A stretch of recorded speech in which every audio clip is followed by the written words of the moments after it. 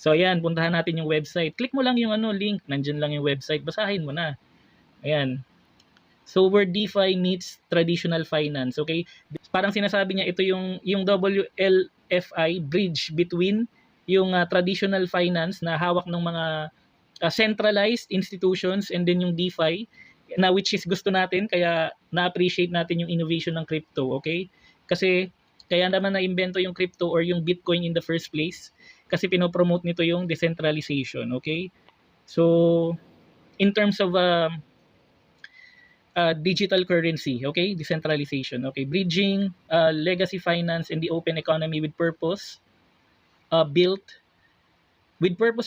on-chain products. Ayan. Ayan. So ito yung mga products niya. USD1, the US dollar stablecoin upgraded for a new era of finance. Ayan.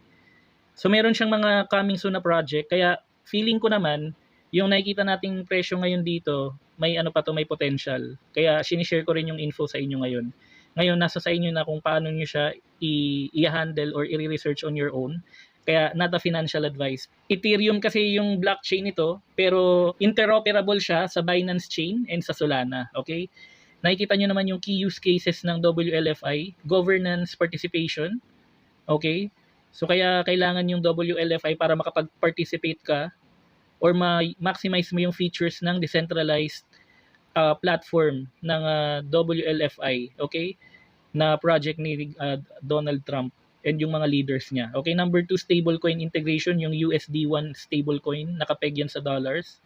Number 3, decentralized finance, DeFi services. Ayan.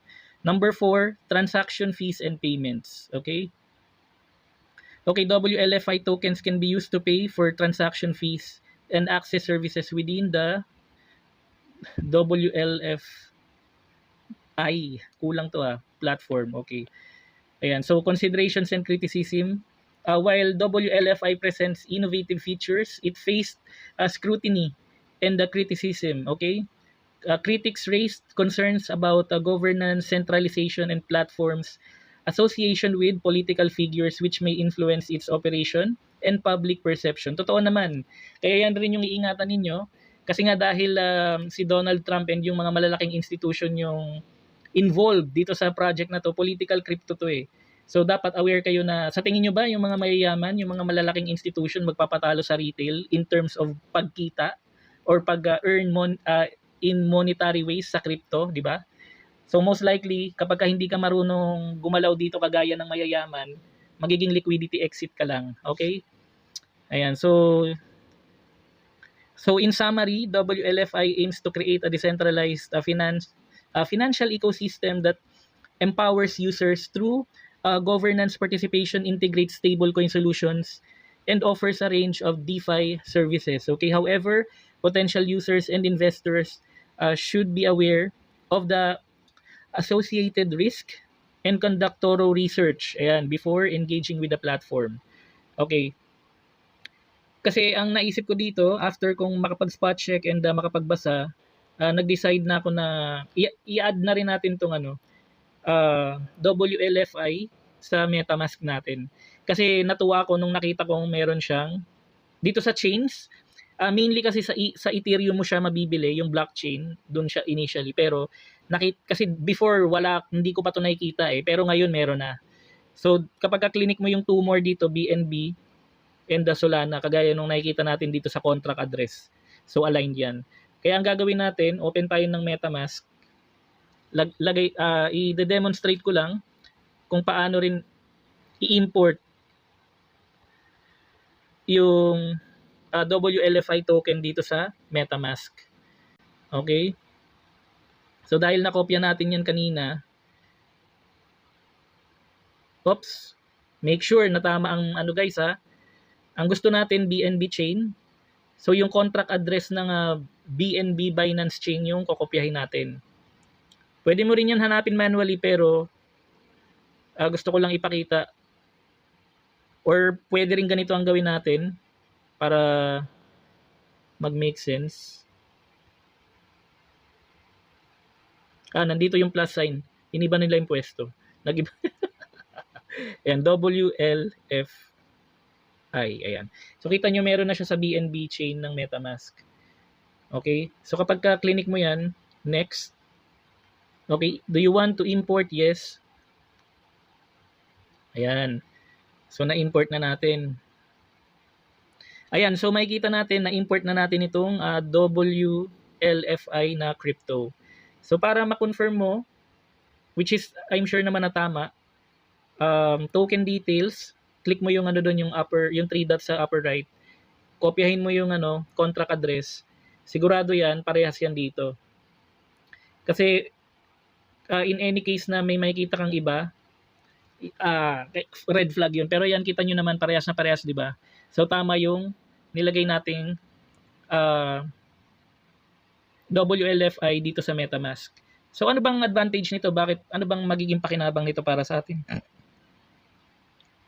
So anong advantage nito? Ano bang magiging pakinabang nito para sa atin? Dahil nga ang MetaMask ay isang decentralized wallet, non-custodial decentralized wallet ang MetaMask. For example, kung magpe-purchase tayo nito sa mga exchanges nitong WLFI. So kapag in-scroll nyo yung CoinGecko, makikita nyo yung mga exchanges kung saan to pwedeng mabili. Okay? Ayan guys, welcome back sa ating channel. Ang pag-uusapan natin ngayon is about WLFI or yung World Liberty Financial na bagong cryptocurrency associated with the United States President Donald Trump. Okay? So ito ang date and time ng ating recording. Based sa data ng CoinGecko website guys, September 1 yung recorded price action niya, 1 WLFI is equal to 17.64. So yung lowest na nakikita natin dito is bumaba siya as low as 9.54 pesos. Okay, September 4, 11:02, okay, GMT. So kapag ganito guys, bago yung crypto, not a financial advice, pwede nyo itong, kung gusto nyo siyang karirin i-research, wala namang masama doon, i-monitor nyo siya. Ayan. So ngayon, bumaba siya ng low as 9.69, ngayon, nasa around 11.82. Ayan ito, WLFI USD CoinGecko. Para malaman nyo kung tama yung contract address ninyo, i-research nyo siya, okay? So dito makikita natin yung market cap niya nasa 1 billion na. Okay? So hindi siya small market cap na crypto kasi tumungtong na siya ng 5 billion. Okay? Pag small cap 'yan, yung market cap niya dapat nasa around 100 million mga ganyan. So ito considered na to na nasa medium to large na to na market cap. Okay? So okay, ito tapos yung circulating supply. Okay, total supply muna. Meron siyang total na 100 billion. Doon sa 100 billion ang nailabas na 27. Okay, so parang 27% na nung total supply yung nakalabas sa market.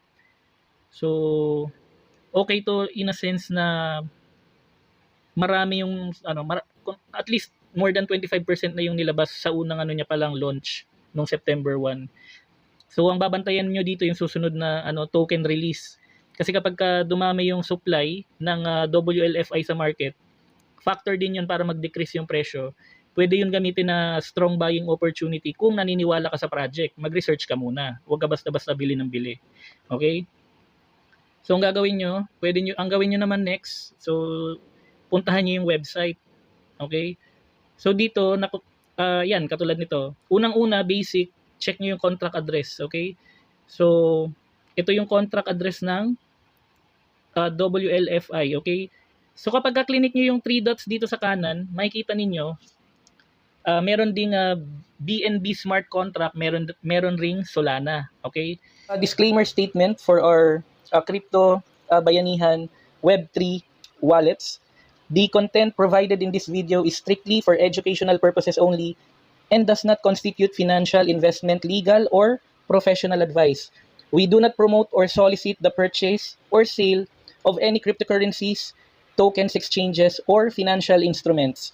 All the information shared on our YouTube channel is published in good faith and are intended to help viewers understand blockchain and Web3 technologies. Thank you.